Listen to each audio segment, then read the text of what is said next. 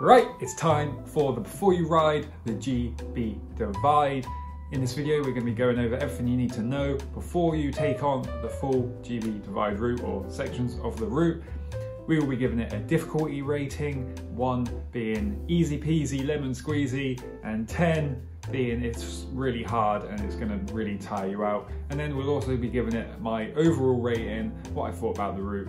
Again, 1 being don't bother, 10 being absolutely get out there and do it because it's the best thing since sliced bread. So let's get into the Before You Ride the GB Divide. Let's go!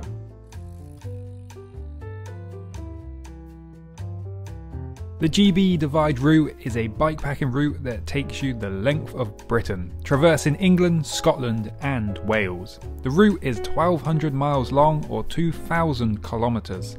The bikepacking world has become obsessed with calling everything a divide. Another name for going across Britain is Le Jog or Joggle, depending on which way you are going. This route is a route that is more off-road than a traditional end-to-end though.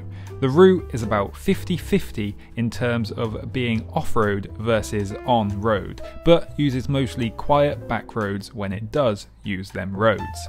It's a ride that will test you.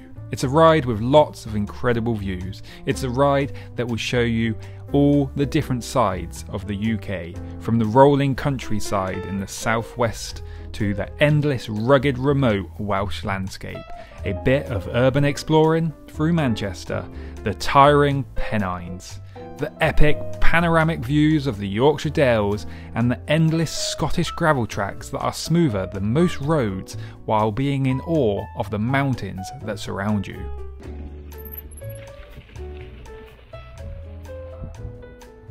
Do you want to ride the length of Britain in a very scenic fashion using the lesser travelled paths? If the answer is yes, then it's probably going to be for you.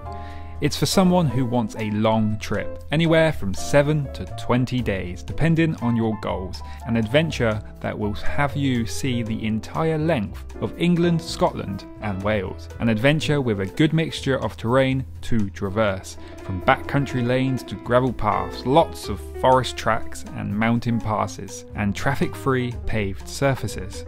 If you are looking to do a Le Jog or Joggle but want to extend it into Wales, all while staying away from traffic and getting off-road, then it's a good option. There is lots of testing climbs, lots of fun descents, lots of views, some less fun stuff and just generally lots of everything. It's a route that I wouldn't recommend for an absolute beginner, as there are sections of this ride that you will need to be used to being self-reliant and comfortable carrying all of your gear day in and day out, with shops being far and few between in some areas. Most of the trails are relatively straightforward and mostly all rideable, however, good bike handling skills are a must as some sections can be rough and steep. Although a lot of the trails are rideable, you will still have to contend with the odd bit of hiker bike here and there, and you will need to lift your bike over a couple of gates.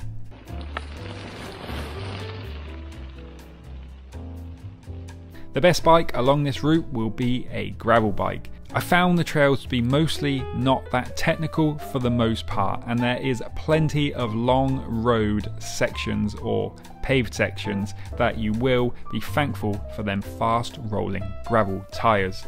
Cornwall and Devon are mostly road and so is Somerset. There are a few rough sections along this stretch, but they are fairly short and manageable on a gravel bike. Wales and the Pennine sections are probably where you will find the slightly rougher trails, mainly the Brecon Beacon section in Wales and the Pennine Bridleway coming into or out of Manchester. However, a big chunk of the off-road sections in Wales are forest tracks. Scotland, bar a few sections, mainly the Corriac Pass, is either nice, wide and pretty smooth gravel roads or quiet lanes flowing around the mountains. In terms of tyre choice, something fast rolling is a must, and I'd say anywhere between 40mm and 50mm tyres would be best. 40mm tyres felt a little on the harsh side of things in some areas. Personally, 50mm is about right for being able to enjoy the descents and help on the rougher stuff while still rolling good enough on the road sections. In terms of gearing, get the easiest gear possible to give you the best possible chance of getting over everything. I had a 42-11-42 gearing, however a 40 tooth or a 38 tooth chainring would have been slightly better. If you wanted to do this on a mountain bike, then I think a hardtail, probably a rigid mountain bike, but just make sure you have fast rolling tyres for them long days on the road. There are many.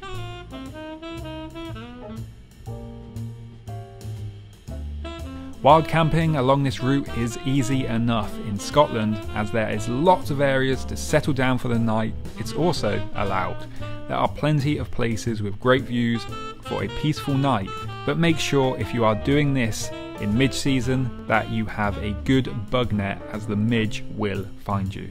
The north of England was also pretty easy to find wild camping spots as you head through the Yorkshire Dales and the Pennines. You do have to make your way through Manchester and some built up areas heading towards Wales, so you will have to factor in how long it's going to take you to get through these areas to be able to get far enough away to find somewhere though. With wild camping in Wales, I actually did find this to be a bit of a chore, as most of the off-road trails were forest tracks, making camping spots far and few between.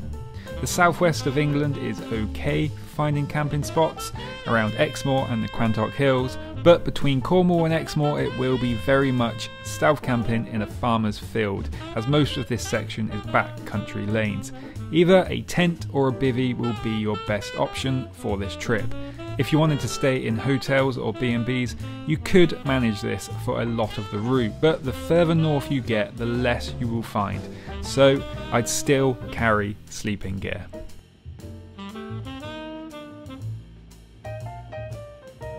Depending on which side of Britain you want to start, you will still have about 10 miles to ride to get to the start point.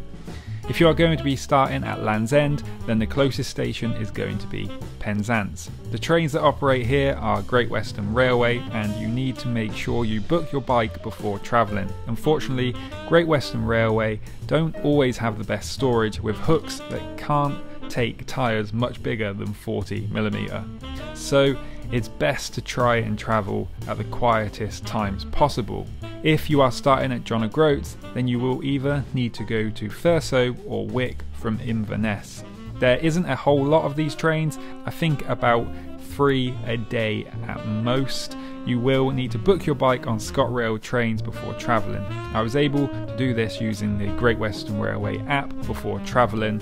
It takes about 4 hours to Thurso or Wick from Inverness. I actually didn't get to Thurso until late, so I went and camped in Dunnet Woods to start early in the morning. So if you find yourself in that situation, there's some good camping spots around Dunnet Woods.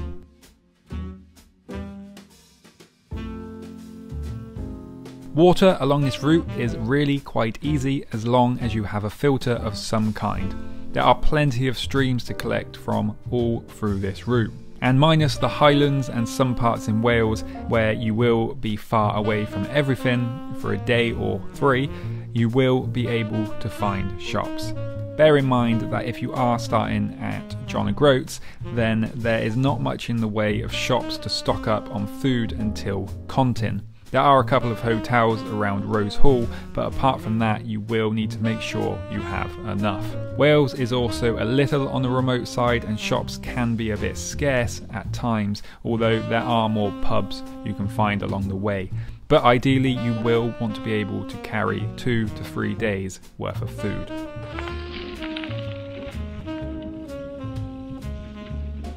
The Scotland difficulty rating is going to be a 6.5 out of 10. And in terms of actual terrain difficulty, it's not overly hard and mostly smooth, wide gravel tracks. However, because of the remoteness, a lot of this section does mean you need to be self-reliant. However, as long as you have a good level of fitness, I think you will find most of the trails fairly nice to ride. There are the odd sections that are of course going to be rougher and harder to ride, mainly Corriac Pass. I don't want to say Scotland is easy, and you still have fairly long climbs, but they are mostly around 5 or 6% in steepness. They just go on for quite a while. For quite a bit of Scotland you actually follow the railway line, so if you did need to bail you do have that option too. Might be a long wait though. The lowlands of Scotland were mostly roads, fairly quiet roads, so easy enough to ride and quite fast going.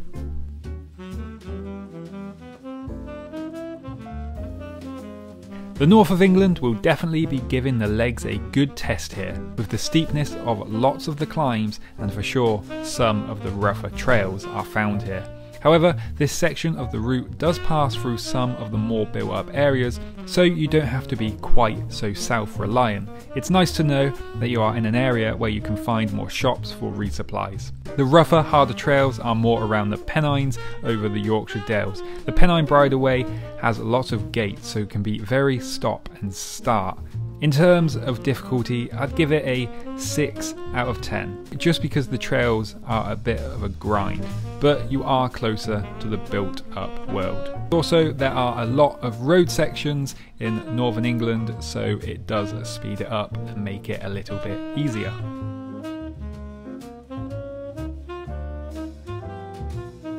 Wales is probably the slowest section of the entire route in my opinion, and it's not so much because the technicality of the trails, but the sheer steepness.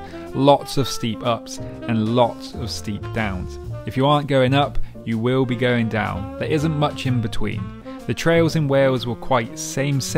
It felt like most of the time all of the off-road sections were forest tracks with a few country lanes in between. The further north you are in Wales also means that shops can be far apart, meaning you will need to be able to carry enough food for a couple days at a time, as the miles do slow you down. I'm going to give Wales a 7.5 out of 10 in terms of difficulty.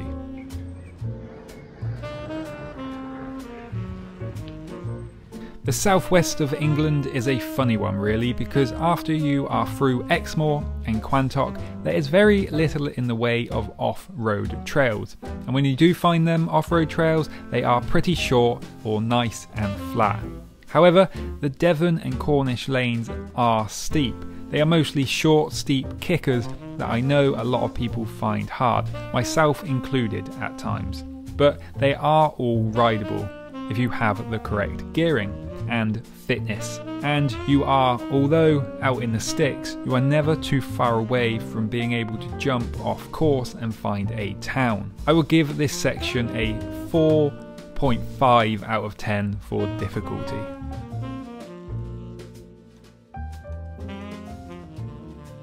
So now we have rated the individual sections, let's rate the route as a whole. The route, for the most part, is actually pretty much all rideable, and although there are a few hiker bike sections, there is not nearly as many as a lot of the shorter routes in the UK have. Most of the trails actually consist of forest gravel tracks that are relatively easy to ride as long as you are fit enough to get up the steep long climbs, that is. The route does have a few sections that mean you need to be self-reliant, carrying everything you need, especially in the Highlands and throughout most of Wales, for up to 2 to 3 days of riding, maybe more depending on how many miles you can cover each day. The real difficulty most people will find is the distance and elevation gain. The GB Divide has a fair amount of both, so I think the overall difficulty for most people will be around 7.5 to 8.5 out of 10.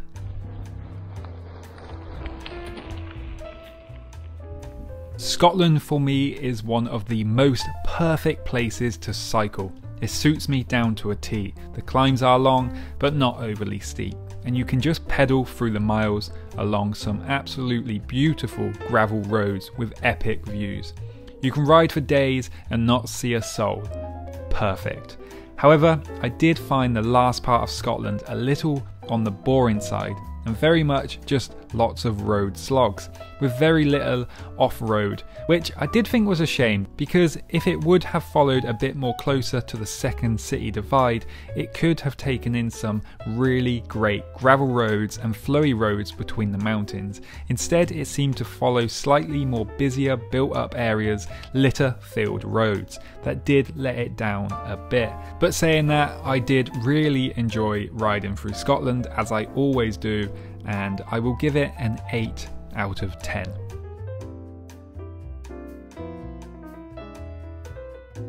Northern England had a similar issue for me, at least coming through the Yorkshire Dales. There are a lot of great fun rideable trails here, but it did seem to miss most of them, and only touched on a couple of them, which I thought was a shame.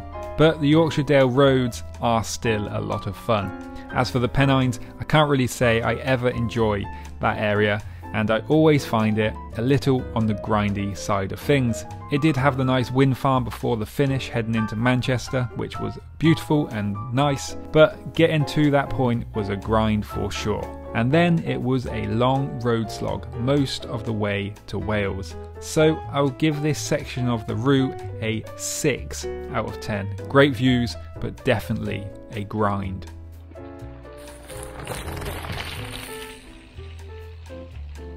Wales, Wales, Wales. Probably the hardest section on the route, and not only because of the steepness of everything. Wales for me started off great with some epic views and fun riding. However, I started to find it lacking in trail variety and just felt like I was on endless forest track. Don't get me wrong, forest tracks are great for getting through the miles and they can be fun, but they can become a bit tedious, especially when trying to find somewhere to camp.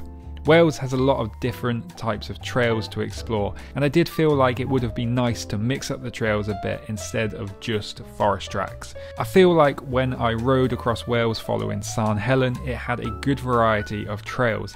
However, it was still fun and a rewarding experience, so I will give it a 7 out of 10.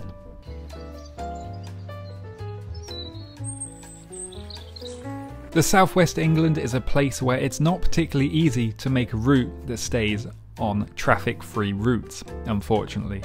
From Bristol to Exmoor is where this section is probably the best. The Mendips are beautiful, the Quantock Hills are also beautiful, and also Exmoor. But once you get past these and head further into Devon and Cornwall, you'll find yourself on country lanes. The problem with these lanes are not really the traffic. It's mostly pretty quiet, but these lanes tend to have high bushes either side, so it can definitely become a bit boring as there are no views. I will give this section a 5 out of 10. The Cornish pasties are a redeeming factor for the lack of fun trails to ride.